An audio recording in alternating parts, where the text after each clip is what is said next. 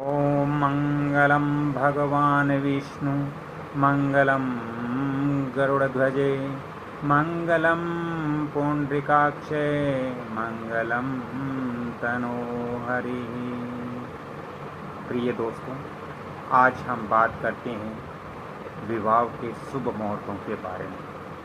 दोस्तों, विवाह का शुभ मुहूर्त दिसंबर 2022 के अंदर कब है, इसका मैं विवरण इस वीडियो के अंदर आपको दूंगा। लेकिन इससे पहले मैं आपको चंद बातें बताने जा रहा हूं। दोस्तों, 28 सितंबर से 28 नवंबर 2022 तक शुक्र दोष होने के कारण ये 28 सितंबर से 28 नवंबर तक विवाह इत्यादि का कार्यक्रम हम नहीं कर सकते।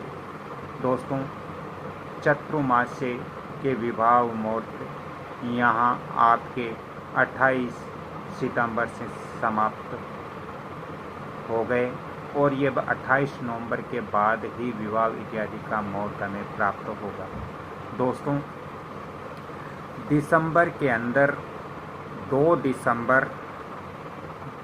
दिसंबर ये इस दिन उत्तर भाद्रपद नक्षत्र है, शुक्ल पक्ष की 10वीं तिथि है और शुक्रवार पड़ेगा।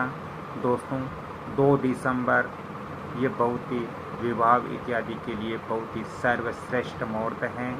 दोस्तों, इस दिन सूर्य वृश्चिक राशि में रहेगा और चंद्रमा मीन राशि में रहेगा। दोस्तों, ये 2 दिसंबर वाले की रेखांक जो है वो 6 रेखांक प्राप्त हो रही है। दोस्तों, 6 रेखांक में की हुई शादी मध्यम फल देने वाली होती है।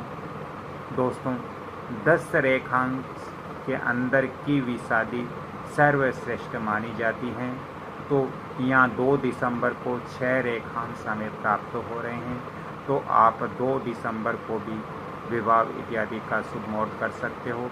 लेकिन इसके लिए आपको लगन शुद्धि भी आपको देखना बहुत ज़रूरी है। यदि आपकी लगन शुद्ध नहीं है, अच्छी नहीं है, तो आपको 2 दिसंबर वाला विवाह नहीं करना चाहिए। इसके अलावा दोस्तों, 4 दिसंबर को भी बहुत ही सर्वश्रेष्ठ मुहूर्त हमें प्राप्त हो रहा है।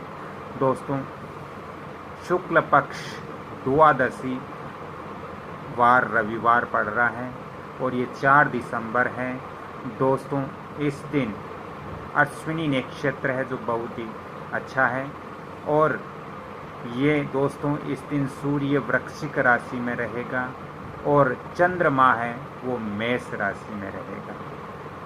और इस दिन रेखांश जो है दोस्तों वो बहुत ही अच्छी है, बहुत ही सर्वश्रेष्ठ है, क्योंकि इस दिन हमें 10 रेखाएं प्राप्त हो रही है, 10 रेखाएं हमें मिल रही हैं। 10 रेखाएं मिलने का मतलब सर्वश्रेष्ठ मुहूर्त माना जाता है। दोस्तों, इससे आगे शुक्ल पक्ष की 14 बार बुधवार दिनांक 7 दिसंबर 7/12/2022 7 दिसंबर दोस्तों इस समय रोहिणी नक्षत्र होगा और दोस्तों इस दिन सूर्य वृश्चिक राशि में है।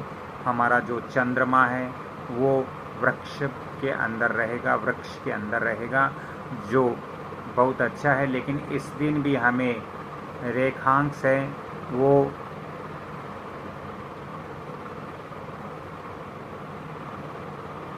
7 रेखांश हमें प्राप्त हो रही है। तो ये 7 रेखांश के अंदर हम विवाह इत्यादि कर सकते हैं, लेकिन ये मध्यम वर्ग होता है क्योंकि सर्वश्रेष्ठ रेखांश 10 होनी चाहिए। दोस्तों, इसके बाद आपके पूर्णिमा के दिन बार गुरुवार पड़ेगा, यानी बृहस्पतिवार है, दिनांक 8 दिसंबर 2022 और इस दिन रोहिणी नक्षत्र है। रोहिणी नक्षत्र विवाह इत्यादि के लिए सर्वश्रेष्ठ माना गया है। दोस्तों, साथ ही इस दिन सूर्य वृश्चिक राशि पर है और हमारा चंद्रमा है वो वृक्ष पर है दोस्तों इस दिन हमें रेखांश प्राप्त हो रहे हैं, 6 रेखांश प्राप्त हो रहे हैं। तो ये मध्यम है, 6 रेखांश में कीवी शादी मध्यम मानी जाती है। दोस्तों इसके अलावा हमें पौष महीने के अंदर कृष्ण पक्ष की एकम बार शुक्रवार दिनांक 9 दिसंबर को भी हमें मुहूर्त प्राप्त हो रहा है। 9 दिसंबर दोस्तों इस दिन नक्षत्र मृगशिरा नक्षत्र हैं, जो बहुत ही सर्वश्रेष्ठ हैं विवाह इत्यादि के लिए। सूर्य है वो वृश्चिक राशि में रहेगा, चंद्रमा मिथुन राशि में रहेगा। और इस दिन जो रेखांश हमें प्राप्त हो रही है, 7 रेखांश हमें प्राप्त हो रही है। 9 दिसंबर वाला जो विवाह है उसके अंदर 7 रेखांश प्राप्त हो रही है। इसके अंदर भी आप विवाह इत्यादि का शुभ मुहूर्त कर सकते हो, शुभ विवाह आप कर सकते हो। दोस्तों इसके अलावा आपके पौष मास के अंदर ही कृष्ण पक्ष की 6वीं बार बुधवार को 14 दिसंबर 14/12/2022 14 दिसंबर को मेघा नक्षत्र हैं और इस दिन सूर्य वृश्चिक राशि में हैं और चंद्रमा सिंह राशि में हैं। इस दिन दोस्तों रेखांश हमारे 7 रेखांश हमें मिल रहे हैं, 7 रेखांश हमें प्राप्त हो रहे हैं जो सर्वश्रेष्ठ हैं। तो आज मैंने इस वीडियो के अंदर आपको बताया कि विवाह इत्यादि के लिए दिसंबर 2022 के अंदर शुभ विवाह के मुहूर्त कब कब हैं। दोस्तों इसके अलावा जब हम विवाह इत्यादि के मुहूर्त का विचार करते हैं तो हमें कुछ चीज़ों का यहाँ ध्यान रखना पड़ता है, कुछ चीज़ों का हमें बहुत ख्याल रखना पड़ता है, क्योंकि विवाह मुहूर्त निकालते समय हमें लता इत्यादि का भी ध्यान में रखना पड़ता है। दोस्तों विवाह इत्यादि का मुहूर्त निकालते समय हमें लता दोष भी देखना पड़ता है, साथ में पात दोष चक्र भी हमें देखना पड़ता है और इसके अलावा हमें युति दोष भी देखना पड़ता है, वेद दोष देखना चाहिए और इसके अलावा यामित्री दोष भी हमें देखना चाहिए। इसके बाद बाण दोष भी हमें देखना चाहिए। इसके अलावा दोस्तों एकाग्रल दोष भी हमें यहाँ विवाह इत्यादि जब मुहूर्त निकालते हैं तो इसके लिए हमें एकाग्रल दोष भी हमें यहाँ देखना चाहिए। इसके अलावा हमें स्थूल क्रांति सौम्य दोष भी देखना चाहिए। इसके साथ साथ हमें दग्धा तिथि यानी रिक्ता तिथि इत्यादि का हमें विचार करना चाहिए। दोस्तों वर और कन्या दोनों की कुंडली मिलाने के पश्चात ही हमें विवाह इत्यादि का शुभ मुहूर्त निकालना चाहिए। विवाह इत्यादि के अंदर हमें भद्रा या हमें राहु काल का भी विचार करना चाहिए, भद्रा का भी विचार करना चाहिए, पंचक इत्यादि सभी चीज़ों का विचार करते हुए हमें विवाह इत्यादि को संपन्न करना चाहिए। दोस्तों इसके अलावा हम जब विवाह इत्यादि के लिए हवन भी हमें करना पड़ता है, हवन का भी कार्यक्रम होता है, तो इसमें हमें हवन इत्यादि के लिए भी हमें कुछ चीज़ें देखनी पड़ती हैं कि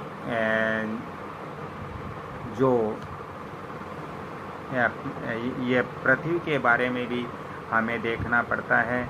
दोस्तों इसके अलावा हमें बहुत एंगल इसमें देखने पड़ते हैं, तब जाके एक विवाह इत्यादि के लिए शुभ मुहूर्त निकाला जाता है। दोस्तों विवाह का शुभ मुहूर्त निकालने के लिए आपकी लगन शुद्धि और देखना बहुत ज़रूरी है। लगन शुद्धि हो तभी आप विवाह करें।